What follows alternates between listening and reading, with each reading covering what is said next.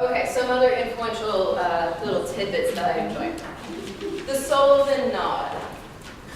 I love when the page flipped. I love that, like, notes are being taken. All right, the Sullivan nod is, Dr., I don't remember his first name, Sullivan, discovered that when we nod, when we say something, two very distinct things happen. If you are lying when you nod, people will believe you when you nod with what you're saying, because liars generally, there's an incongruency. If I'm lying to you, then what might happen is my head will subconsciously turn up. Body language is fascinating because it's really about the information we leak subconsciously, because body language is highly connected to actually the most primal part of our brain. It's good stuff. Okay, moving. So when you nod to say what you're saying, people believe you more, and you believe it more yourself. So this is where influence gets really fun, because you think that you're influencing somebody else, but this is an opportunity to influence yourself. Because I know, as a business owner who has to sell herself in services, the product is me, folks, woohoo! Sometimes I get nervous and scared, and my little ego says, you're not good enough. And so I don't have that confidence sometimes if I'm scared about that sale.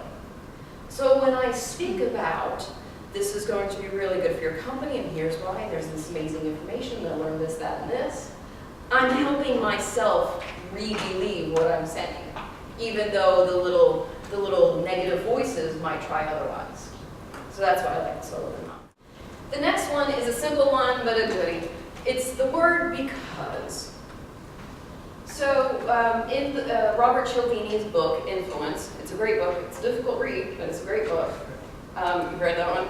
Yeah. He talks about discovering that if we just simply attach a reason to our request, it greatly increases our influence.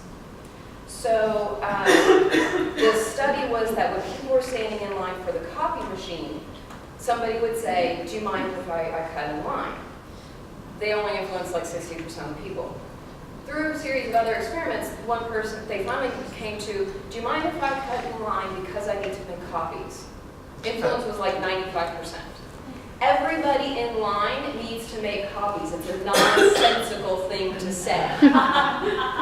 But because there's a reason attached to it, it's more influential. So just as an example, this happened a few days on Facebook. One of my students in my online course shared this with me. Just use the because technique on my boss to get him to do something. And it totally worked.